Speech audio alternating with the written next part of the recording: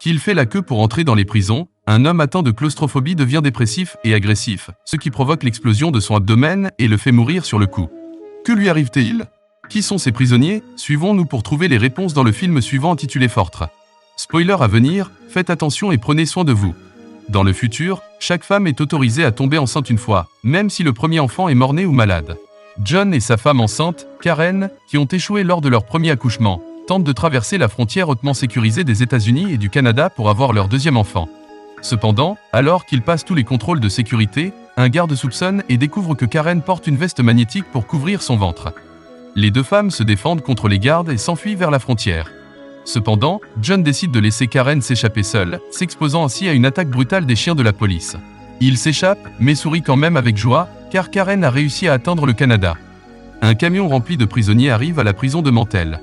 Tous les détenus doivent se déshabiller avant d'entrer dans l'établissement, appelé Fortre. Le directeur de la prison, nommé Poe, accueille les prisonniers sur des écrans au-dessus des cages. Chaque détenu sera ensuite équipé d'un dispositif appelé intestinitaire, grâce auquel le mental contrôlera automatiquement le comportement du prisonnier. L'appareil peut être déclenché pour exploser en cas de punition extrême. John et Gomez suivent un dispositif de contrôle appelé Z10, qui représente les gardes humains à une chambre avec 3 autres détenus bâtons seniors de la cellule d'aider un génie Abraham, un homme de voiture tranquille que le système informe 60 secondes gauche avant le coucher. Abraham rappelle à John et Gomez de ne pas rêver la nuit. John rêve qu'il fait l'amour avec Karen, ce qui est également observé par le directeur Poe sur la Z. Le dispositif scanne immédiatement l'esprit de John et découvre son rêve inapproprié.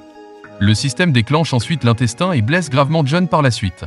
John regarde Abraham, semblant comprendre pourquoi il lui a dit de ne pas rêver dans cette prison. Le lendemain du jour où John est envoyé sur le chantier, il entend soudain quelqu'un implorer de l'aide à proximité. Un homme avec un numéro 187 tatoué sur le front, appelé Maddox, est en train de violer Gomez. John tente de l'arrêter. Les deux hommes commencent à se battre, mais le système, tel qu'il conçoit la violence en prison, les fait exploser.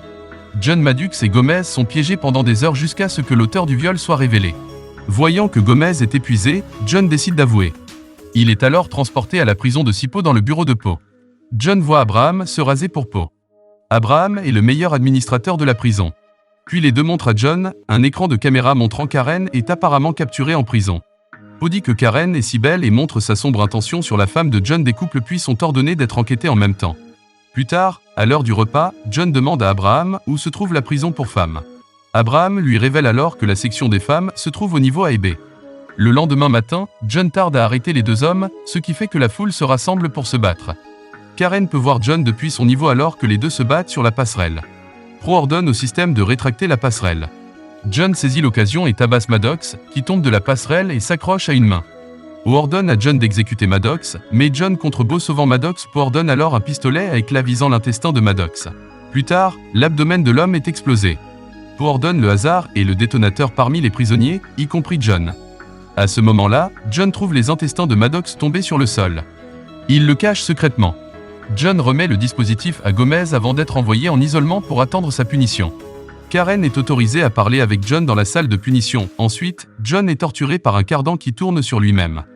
Il est également puni par des hallucinations sur le passé avec Karen et leur premier enfant. Après 3 jours, Poe passe un accord avec Karen pour libérer John si elle reste avec lui plus tard. Elle ne supporte pas de voir John dans cet état. Karen accepte de vivre avec Poe dans les quartiers. John revient dans sa cellule avec une apparence très effrayante.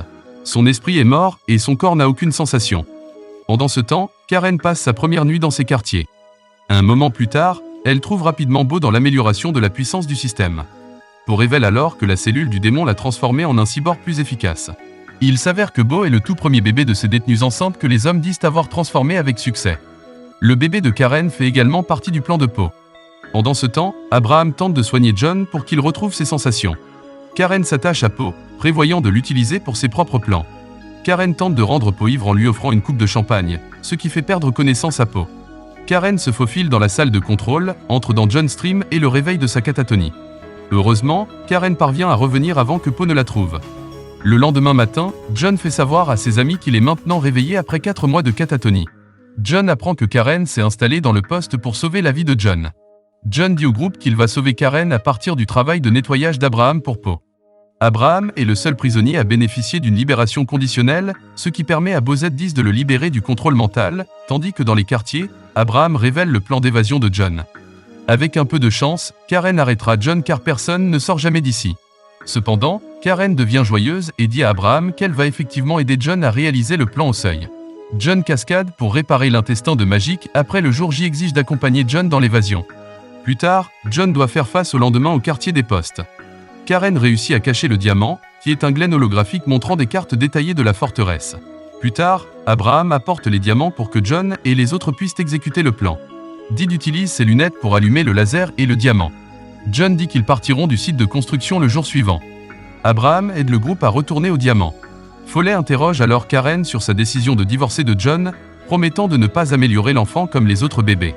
Karen met en place un accord supplémentaire pour libérer John afin qu'elle puisse épouser Poe. Elle doit donner la réponse définitive à Beau d'ici demain soir, lorsque John aura des nouvelles d'Abraham. John décide de s'échapper demain matin. Le jour J découvre également que les intestins sont magnétiques. En gros, ils peuvent utiliser celui qui est fixe pour faire sortir d'autres appareils de leur estomac.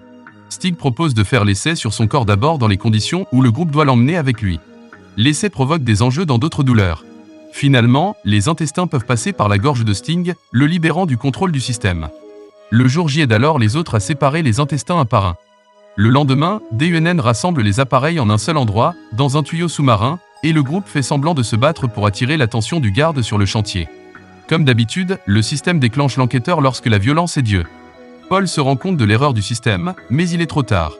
Le système crée une explosion au niveau du tuyau, exposant un trou assez grand pour que la cellule destinée à s'échapper de là. Poe ordonne alors une messe de destination parmi les détenus. Il rappelle les ampoules à vapeur et active les clones de grève pour tous les éliminer. Le groupe n'arrive pas à passer à la vapeur, alors il recule dans les tuyaux pour éviter la brûlure. Stack décide de se rendre avant toute autre punition de Poe. Cependant, Stig reçoit plusieurs balles dans la poitrine en sortant. Pendant ce temps, chez les squatteurs de Poe, Abraham se porte secrètement volontaire. Cependant, Poe apparaît juste après qu'Abraham se soit battu avec Poe et ait sauvé Catherine. Cependant, Poe est en fait une machine et rien ne peut le battre. Karen tente d'aider Abraham en plantant un morceau de verre dans le dos du poteau, mais en vain. Pendant ce temps, les clones de la grève entrent dans les tuyaux et tirent à l'intérieur. John parvient à entraîner le clone à l'intérieur et à le réduire en miettes. Le groupe s'empare rapidement de la puissante arme à feu du clone et se précipite pour tirer sur les autres clones à l'extérieur. Les lunettes sont cassées en courant, mais Dédé survit heureusement grâce à l'aide de John. Le trio saute vers le contrôle principal Z et se cache derrière l'appareil pour éviter la caméra, et la foule soutient un moment plus tard. Ils font irruption dans le quartier des postes. John pointe son arme sur Poe et lui ordonne de bouger. Il découvre qu'Abraham est déjà mort. John apprend que Kevin a été déplacé dans la salle d'opération.